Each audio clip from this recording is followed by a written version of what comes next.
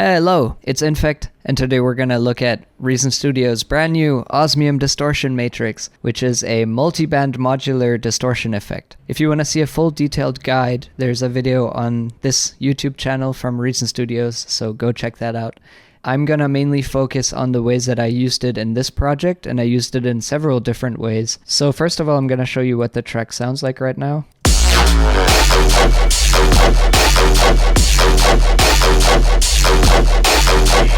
And so I make dubstep, so distortion is super important in a lot of places to get like grit and crunch and all of that. In a lot of bass music genres in general, distortion is so useful. So having a multiband distortion effect is awesome. So let's start first of all with the clap. And this is what it sounds like without Osmium and then with. So it adds a ton of grit and a nice metallic character. I'm going to start with turning them off, and then we can turn them on one by one. So first of all, the cabinet adds like some mid characteristics to it. Just makes it more full. Then we got some overdrive on here on the dynamic setting where I just drove it like really hard. That gives it like so much crunch, like insane. And then we got the resonator on the metal setting here. Super, just like a really nice metallic effect on it. I also mixed it in just like 76%, and in this case I actually used the multiband feature here to basically just cut out the low frequencies that are generated by the distortion, right? Because when we drive it that hard, we get a lot of like mud in the lows. So I just like turned those down over here. All right, so that's the clap. Then I've also put Osmium on the drum bus, so all the drums all together, they sound like this. Without Osmium. So it just adds a really subtle layer of a really nice satisfying crunch and glues everything together. And so what I did here was I basically just wanted it on, again, everything above like 200 Hertz, and I just added the overdrive on the dynamic setting and drove it pretty hard, and then mixed it in just about 30%. Turned down the lows slightly here. So that's all there is to this one. Again, you can use it in a pretty simple way, or you can go really deep and dive deep and do a ton of modulation stuff and all that, which we'll do next with the basses. So let's look at this bass sound, this first one here. Without Osmium, it's just a Maelstrom square 4 grain table sound. There's not much to it, just square 4 with some motion on the grain table and then an LFO on the volume. But then when we add Osmium in here, I'm going to turn everything off for 1 second. I wanted the effect to mainly be just on this mid band here. So I've turned multiband on so that my lows stay clean because I wanted to retain that sub that comes from Maelstrom. And so I started with just a filter. And the filter is set to this like bandpass setting here where the filter type is kind of in the middle. But when you keep it on that static frequency, obviously it filters out just all the high end. So I wanted to give that filter some movement and then add crunch with distortion after. So what I did is I went down to the LFO section here and applied the LFO just to the filter frequency. So this knob here, and then applied it in with like a 75% amount, and that gives it this movement.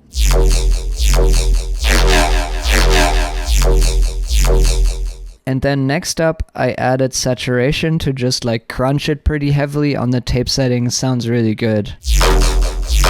Just adds that like super nice grit to it. Then on the input effects altogether, we also have this really tight delay, which is a very subtle thing, but I just added a little bit of that to give it some kind of flangy characteristics here.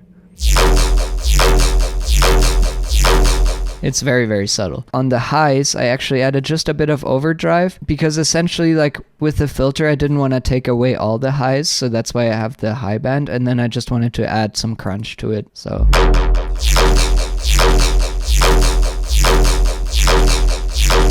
feel like it rounds out that high end like pretty nicely. And then I just mixed it a little bit. So the lows here turned down a bit, the mids up and the highs up. So it's pretty cool that you have a direct way to do a bit of mixing in here.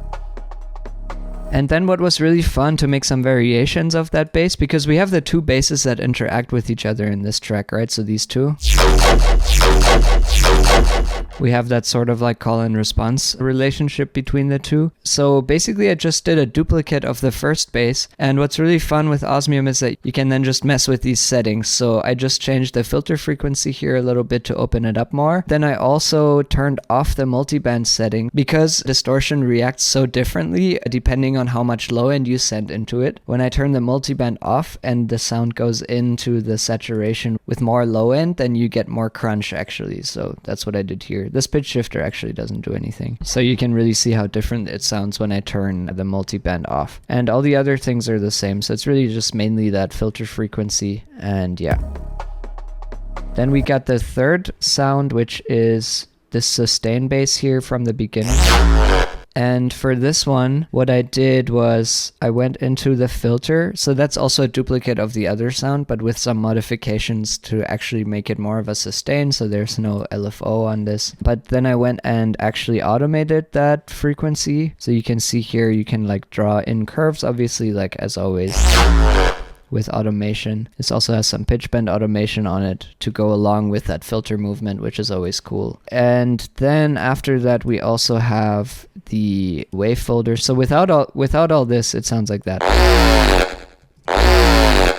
So it's just a sustain like square sound. And then with the filter, it adds that nice filter movement, but now we don't have any highs anymore. So then the wave folder brings back a lot of that grit. And then the overdrive just even more. Set to asymmetric, which I really love the sound of asymmetric distortion. It adds so much grit. You can see I use the word grit a lot because I love when dubstep is like really gritty and rough sounding. Then we have saturation on the output again, similar to before. Then one really cool thing that I wanted to show you guys as well here, a completely different use case for Osmium that I really think is very powerful, is before this came out, I used to want to do multiband processing by basically splitting the sound into instances and using two EQs to separating the frequency bands. But in Osmium now, you have the ability to also use an external effect within the matrix, basically. So what you do is you can select external here as one of the effects, and you can see here this diagram, which allows you to go to the back and route something into the external input that will then only be applied to one of the bands. So what I did here is to use a vocoder, and the best way to do it is to drag the effect in while holding shift so that it's not automatically connected to anything. And then you essentially look at this, you can see the external one here, and you have the carrier input and output, so you just connect those. So you connect this here and this here, and essentially that just applies the vocoder to everything above like 200 Hertz. So we have the ability to do multiband processing now with any effect. And I've applied it here with the vocoder. So without it, it sounds like this. And then with the vocoder, it just really nicely rounds out.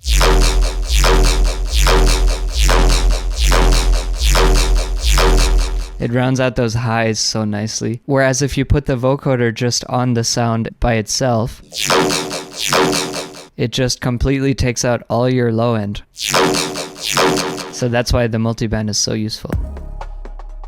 And then lastly, on the atmosphere, I just used it in the simplest way possible. So again, you can just like drag it on, put some distortion on it, or you can dive really deep, add modulation, all this stuff. In this case, I just literally added overdrive and drove it like super hard. And that's that atmosphere sound down here.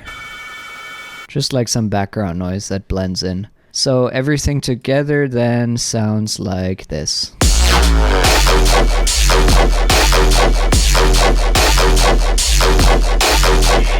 So yeah, I'm really happy we have a good multiband distortion effect in here, and I hope you learned something. Thanks for tuning in, eat your veggies, and have fun.